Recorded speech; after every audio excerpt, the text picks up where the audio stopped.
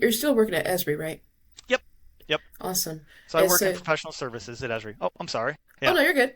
Yeah, so professional services at Esri, you're an enterprise architect there, and well, solutions architect. But now you have that enterprise architect background, which I'm excited to kind of see like how you implement that at Esri, and that's I'm assuming that's going to be even larger scale than solutions architect, which is kind of exciting. So are you able to go a little bit into that if you're able to?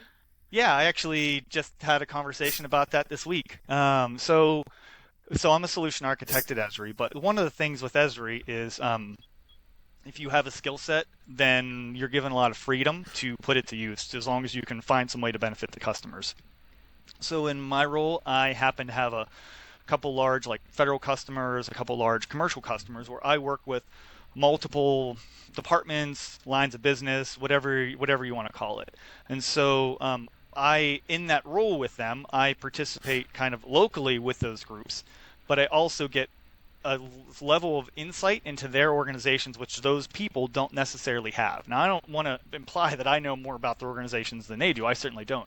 But I'm able to just say, hey, this person over here is working on something. Let me, again, talking about implicit versus explicit, let me make it explicit so we can all see what we're working on and we can all, again, when it makes sense, and we can all kind of design for the future that the organization needs, right? I can help those stakeholders think about steer towards their future state, right? Because that's, in my role, I'm they're doing the amazing things, right? They're the talented, wonderful people. My goal and my intention is just to enable them, right?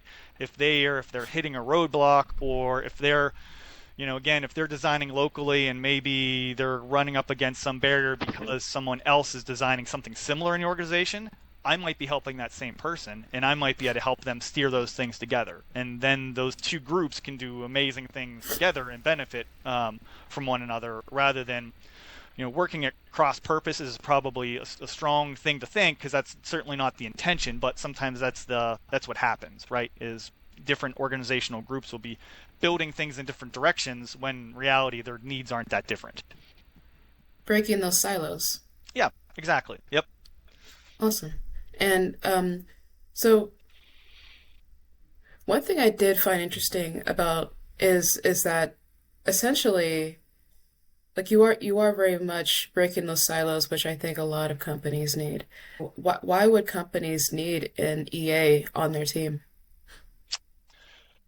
So I think, if, in my opinion, I think in a lot of American companies, the well of architectural maybe thinking and expertise has run a little bit dry over the last, say, decade or 2 decades. We've been really focused on like quarterly reports, short-term thinking, building for the future, building for the present, not necessarily looking forward. And that's exciting because that's a lot of opportunity for architects. And I don't mean like just job posting opportunities, of course. I mean like opportunities for us to help those organizations in a way that architecture is pretty well suited to do with that, that ability. So like take innovation, for instance, right? Innovation's always a buzzword, and everyone wants to innovate. And innovation looks different ways in different organizations. But one of the things that architecture is well suited to do is to look at an organization and say, hey, you have this person that already did this innovation over here. So you don't need Hmm. to redesign the wheel, right? You just talk to that person. This thing exists, right? It may not exist exactly how you need it, but you're in the same company. Like you should be able to talk relatively freely instead of rebuilding something that they already built. Like I yeah, like I worked for a company years ago and we had three separate groups that were all building the same mobile app. And they were all using different technology platforms. And one of them was using just like out of the box, like just configurable apps and was able to do it the quickest. The other two were like quite literally building this mobile app from the ground up. And that's common, right? That's not an exception. That type of thing is relatively common across organizations. So that's an ability to see, again, it's just a different perspective. It's that systems level thinking, that position within the enterprise where you're not anybody's boss, right? So you're not using like authority, you're using influence, and you're a lot of times just people know your well intentions, right? Like they know that you're there to help. You're not there to like tell them what to do. You're there to help them and guide them, right? You're there to help them make better decisions. You're there to help them deliver projects better.